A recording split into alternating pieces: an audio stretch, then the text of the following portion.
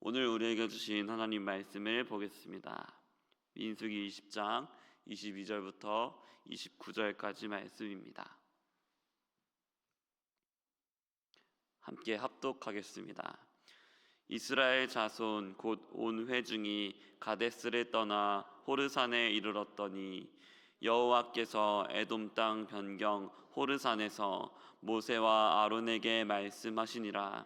이르시되 아론은 그 조상들에게로 돌아가고 내가 이스라엘 자손에게 준 땅에는 들어가지 못하리니 이는 너희가 무리바 물에서 내 말을 거역한 까닭이니라.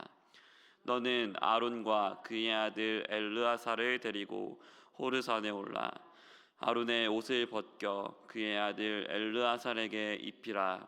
아론은 거기서 죽어 그 조상에게로 돌아가리라. 모세가 여호와의 명령을 따라 그들과 함께 회중의 목전에서 호르산에 오르니라. 모세가 아론의 옷을 벗겨 그의 아들 엘르아살에게 입히매 아론이 그 산 꼭대기에서 죽으니라. 모세와 엘르아살이 산에서 내려오니 온 회중 곧 이스라엘 온 족속이 아론이 죽은 것을 보고 그를 위하여 30일 동안 애곡하였더라. 아멘. 할렐루야. 오늘도 하나님의 은혜로 이 기도의 자리에 나온 모든 성도님들의 주님의 이름으로 환영합니다. 오늘 본문 말씀은 가데스에서 하나님의 영광을 드러내지 못하고 하나님 말씀에 순종하지 못한 모세와 아론이 심판받는 장면입니다.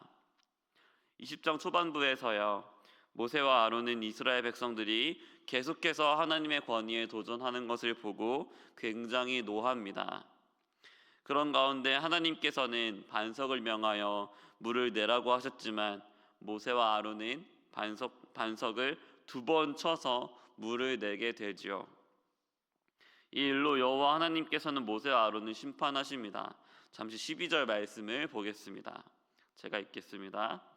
여호와께서 모세와 아론에게 이르시되 너희가 나를 믿지 아니하고 이스라엘 자손의 목전에서 내 거룩함을 나타내지 아니한 고로 너희는 이 회중을 내가 그들에게 준 땅으로 인도하여 드리지 못하리라 하시니라. 아멘. 하나님께서 말씀하신 것처럼요, 모세와 아론은 하나님을 믿지 못하고 결국 그분의 거룩함을 드러내지 못했습니다. 그 결과 하나님께서 모세와 아론을 어떻게 심판하십니까? 이제 모세와 아론은 이스라엘 회중을 그 약속의 땅으로 인도하여 드리지 못합니다. 약속의 땅으로 이스라엘 백성을 인도하여 드리는 것은 이제 모세와 아론의 역할이 아니라 그 다음 세대인 엘르아살과 여호수아의 역할이 되었습니다. 하나님께서는 믿음과 순종으로 나아가지 못한 모세와 아론을 심판하셨습니다. 이 끔찍한 심판의 예언, 22절의 말씀이 오늘 본문에서 1차적으로 성취됩니다. 이스라엘 백성들을 하나님께 중보했던, 그들과 하나님 사이를 중재했던 대제사장 아론이 이제 죽음을 맞이하게 된 것입니다. 이스라엘 백성들이 이 호르산에 이르렀을 때 여호와께서 모세와 아론에게 말씀하십니다. 이제 아론이 그 조상들에게 돌아가고 이스라엘 자손에게 준 땅에는 들어가지 못할 것이다 라고 명확하게 말씀하십니다. 하나님께서 20장 초반에서 심판을 예언하시자마자 20장 후반에서 거의 곧바로 아론의 죽음을 말씀하셨습니다. 하나님께서는 그 아론의 죽음을 말씀하시면서 그 죽음의 이유를 다시 한번 상기시켜 주십니다. 그 죽음은 무리바 물에서 하나님 말씀에 순종하지 못하고 하나님께 거역한 것에 대한 심판입니다. 우리가 이 장면을 보면서 생각하기를 하나님 정말 너무하신 거 아닙니까? 라고 생각할 수도 있습니다. 아론이 그렇게 평생 하나님을 섬겨왔는데 어떻게 이렇게 하나의 잘못으로 약속의 땅에 들어가지 못하게 하시냐는 불만이 터져 나올 수도 있습니다. 그러나 사랑하는 성도 여러분, 아론에게 요구하시는 이 하나님의 기준은 도리어 우리에게 하나님의 거룩하심이 얼마나 완전하고 하나님의 기준이 얼마나 높고 절대적인지를 보여주십니다. 아무리 한 사람이 한 평생을 열심히 하나님 앞에 완전히 살려고 해도 하나님의 그 높으신 기준에 다다르지 못한다는 것을 우리는 이 아론의 실패를 통해서 뼈저리게 배울 수 있습니다. 그러한 의미에서 오늘 본문은 이스라엘의 첫 번째 대제사장인 아론의 실패를 보여주므로 그와 하나님의 완전하신 기준 앞에 사람이 얼마나 무력한지를 보여주고 있습니다. 사람의 실패를 보여주는 것이죠. 우리는 이 본문을 통해서 하나님의 거룩하심과 그 앞에서의 우리의 실패를 다시 한번 마주하게 됩니다. 결국 첫 번째 대제사장 아론의 시대는 지나가고요. 이제 다음 세대인 아론의 아들 엘르아살에게 에봇이 입혀지게 됩니다. 아론의 옷이 엘르아살에게 입혀짐으로 대제사장직이 이제 다음 세대로 승계되는 것이죠. 대제사장직이 엘르아살에게 승계되고 아론의 옷이 엘르아살에게 옮겨가자 이제 아론은 하나님 말씀대로 그 산 꼭대기에서 죽게 됩니다. 이 아론의 죽음 앞에서, 이 첫 번째 대제사장의 실패 앞에서 이스라엘 백성들은 30일 동안 애통합니다. 사랑하는 성도 여러분, 이렇게 뼈아픈 아론의 실패를 우리가 마주하면서 우리가 바라보아야 할 분은 누구이시겠습니까? 아무리 초대 대제사장으로서 몇 번의 지성소에 들어갔다 나왔던 아론이라고 해도, 또한 하나님의 등을 보았던 모세라고 해도 이렇게 하나님의 높으시고 완전하신 기준 앞에 차지 못한다면 우리는 어떻게 해야겠습니까? 그 하나님의 기준에 충족할 자가 어디 있겠습니까? 이 첫 번째 대제사장의 죽음을 보면서 우리는 새 언약의 중보자가 되시는, 새 언약의 대제사장이 되시는, 일찍부터 아론이 미리부터 보여주고 있었던 그 궁극적인 대제사장을 우리는 믿음으로 바라보아야 합니다. 그분이 누구이실까요? 바로 우리 주 예수 그리스도이십니다. 우리 주 예수 그리스도께서는 더 좋은 약속으로 우리에게 하나님 나라를 허락하신 새 언약의 중보자이십니다.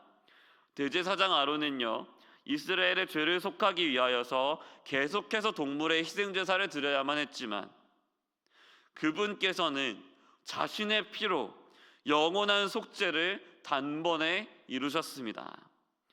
그분이 드린 단 한 번의 희생제사는 다른 동물의 제사와는 달랐습니다. 다른 제사들은 계속해서 드려야 했고 사람의 양심을 깨끗하게 하지 못했지만 그분이 십자가 위에서 단 한 번으로 끝내신 그 제사는요, 그 효력이 영원하고 완전해서 우리를 곧바로 하나님께로 나아갈 수 있도록, 지성소 안으로 들어갈 수 있도록 우리의 양심을 깨끗하게 만들어 주셨습니다. 사랑하는 성도 여러분, 우리가 다시 한번 우리의 영원한 실패와 무력함을 이 본문을 통해서 마주하기 원합니다. 우리가 죄로 말미암아서 얼마나 가치 없는 자로, 초라한 자로, 비참한 자로 살아왔습니까? 우리의 죄는 하나님의 거룩하신 기준 앞에 심판받아 마땅한, 저주받아 마땅한 그러한 것이었습니다. 그러나 우리가 우리의 죄를 곱씹어 볼수록 이제 우리에게 주신 하나님의 은혜가 얼마나 위대하고 얼마나 완전한 것인지를 우리는 더욱더 깨닫게 됩니다. 주님의 은혜가 얼마나 큰지요. 우리에게는 영원토록 효력 있게 우리를 거룩해 하시고 하나님 앞에 담대하게 나아가게 하시는 신실하신 대제사장 예수 그리스도가 계십니다. 우리가 그분을 의지하며 나아갈 때 그분은 우리를 내치신 적이 없습니다. 우리가 그분을 의지하며 나아갈 때 하나님 앞에 나아가지 못한 적이 없습니다. 우리 주 예수 그리스도께서는 신실하게 그리고 완전하게 우리와 하나님 사이를 중보하고 계십니다. 그분의 은혜로 우리는 오늘도 이 자리에 나와서 그 거룩하신 하나님 앞에 예배 드리며 담대하게 기도하는 것이지요. 오늘도 그 예수 그리스도의 이름으로 나아가며 그 주님 앞에 그 이름으로 담대하게 간구할 때 우리 하나님 아버지께서는 반드시 우리의 기도에 응답하신다는 사실입니다. 주님께서 우리를 은혜로 받아주셨습니다. 우리가 오늘 다시 한번 우리 주 예수 그리스도를 바라보면서 그 은혜를 깊이 누리길 소망합니다. 오늘도 주 예수 그리스도의 은혜로 말미암아 믿음으로 하루를 살아갈 힘을 넉넉히 얻으시길 주님의 이름으로 축원합니다. 잠시 기도하겠습니다. 하나님 아버지 감사합니다. 오늘도 우리와 함께 해주시고 우리 가운데 은혜를 베푸셔서 주님의 그 크신 십자가 사랑을 기억하게 하셔서 우리가 오늘도 하루를 믿음으로 살아갈 수 있도록 하시니 감사합니다. 하나님 아버지, 우리의 실패를 마주하면서 우리의 죄성을 마주하면서 우리의 불완전함을 마주하면서 다시 한번 주님께서 베푸신 그 놀라운 사랑, 그 무한한 은혜를 우리가 다시 한번 기억합니다. 그 예수 그리스도의 십자가 사랑, 주님, 우리가 다시 한번 마음 깊숙이 깨닫게 하셔서 담대히 예수 그리스도의 이름으로 주님 앞에 나아가게 하시고 담대히 간구하게 하여 주시옵소서.